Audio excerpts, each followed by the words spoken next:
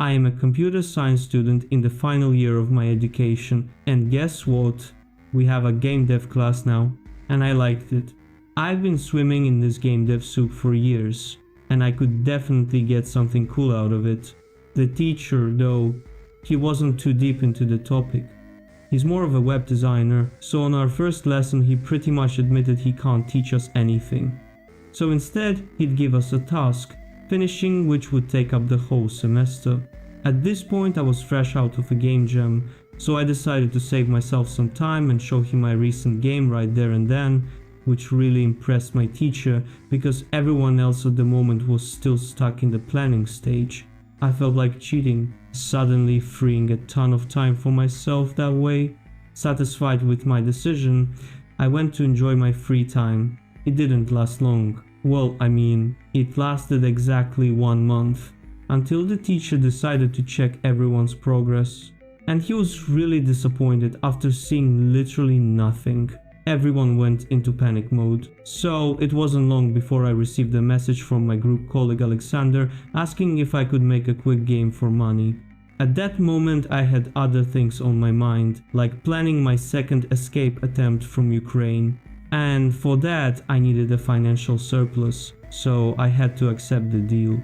So for Alexander I decided to make a quick little game where you have to use a whistle to find your lost dog.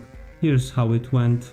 I took the player movement code from my recent game and coded a whistle sound to play when you press space. Then I created a dog bark trigger.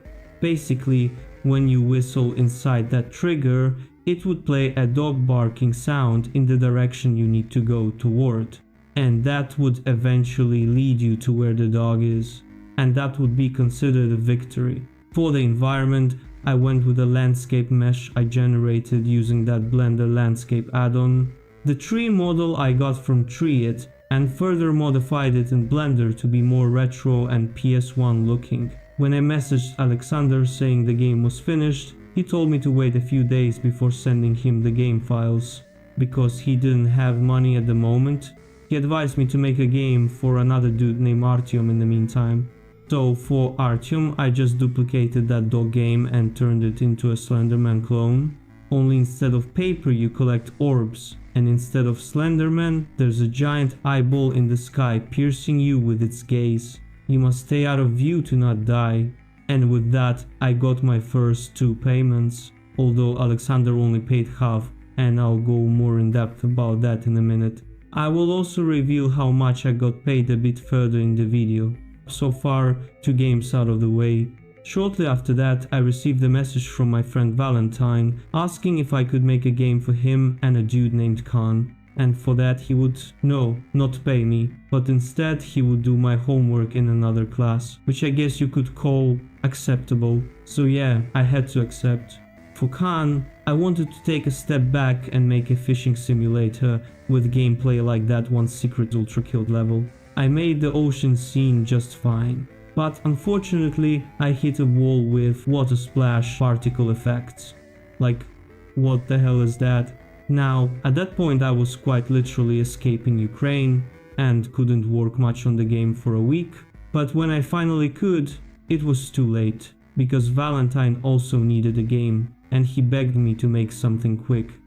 So I had to put Khan's game on hold and make something for Valentine. For Valentine, I decided to make a shooter game. And I decided to just copy Ultrakilt and make it a movement boomer shooter. I even have my own little cybergrind ripoff in here, look. And Filth is now a mummy with arms intact. But then dumbass teacher checked the games I made for Alexander and Artyom. He called them too similar, and his dumbass brain birthed an amazing idea. He told them, oh, why don't you unite and make a single game together?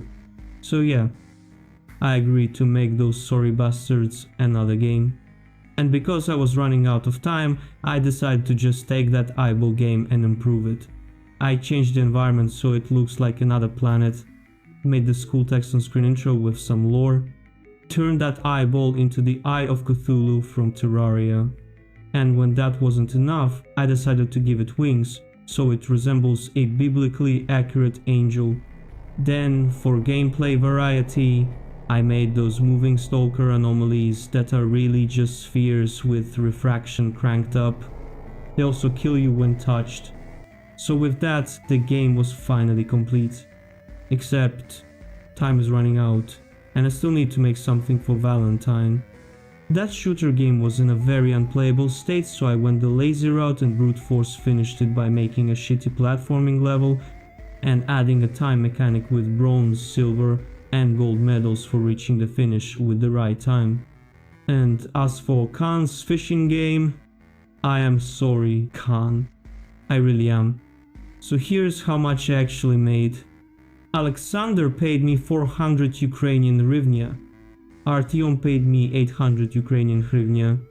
Then for the third game, Artyom paid me another 800 Ukrainian hryvnia. Now, let's see how much that is in euros. It is 40 euros. Yep, basically nothing. But hey, at least I can buy groceries at Lidl for 4 days straight. Some of you probably clicked expecting me to get rich here, and I'm sorry for subverting your expectations. Wait, you still didn't click off? Since you were here, maybe you'd like to leave a like in the comment? It would really make me happy, you know.